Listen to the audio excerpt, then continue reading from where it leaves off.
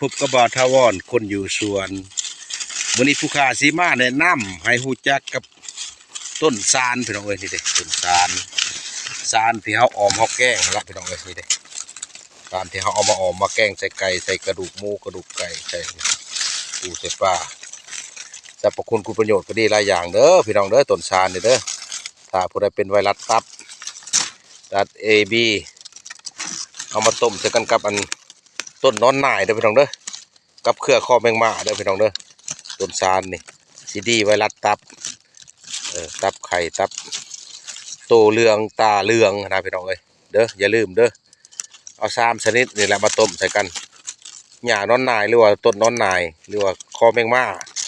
และก็ต้นซาน3 ชนิดเด้อพี่น้องเด้อเอามาต้มกินเช้าเที่ยงแลงก่อนอาหารกินตั้งน้ำก็ได้เด้อพี่น้องเด้อบ่มีผิดมีพลาดหยังดอกอันนี้บ่มีผลข้างเคียงหยังเด้อพี่น้องเด้อยาพื้นเมืองบูฮานเฮาสืบทอดกันมาตั้งแต่ดั้งแต่เดิมปู่ย่าตายายเฮาใส่กันมาอันนี้แหละพี่น้องเอ้ยต้นซานอันนี้แหละเด้อพี่น้องเด้อจือจำนำไว้ที่มักอยู่น้ำดงน้ำพุเด้อพี่น้องเอ้ยแต่ละท้องถิ่นนักเทื่อบอนมีก็จังมีได้พี่น้องต้นซานนี่เด้ออันนี้ผู้ค้ามาแนะนำมาแบ่งปันให้รู้จักน้ำกินน้ำใส่น้ำกันเด้อพี่น้องเด้อถ้าผู้ใดเป็นพยะดังกล่าวก็เอามากินมาใส่มาต้มกินเด้อพี่น้องเด้อหาเอาน้ำดงน้ำป่าละผู้ใดเคยใส่เคยยังนะกะจะถูกจะทานเอาบุญเอาคุณนำกันเป็นบุญเป็นทานเด้อพี่น้องเด้อผู้ขามาแนะนำเป็นวิทยาทานเอาบุญเอาทานนำกันผู้ใดเป็นพยาธิดังกล่าวที่ว่ามากเอามาต้มมากินมาใส่เด้อพี่น้องเด้อกินแล้วก็ให้ดีให้เศร้า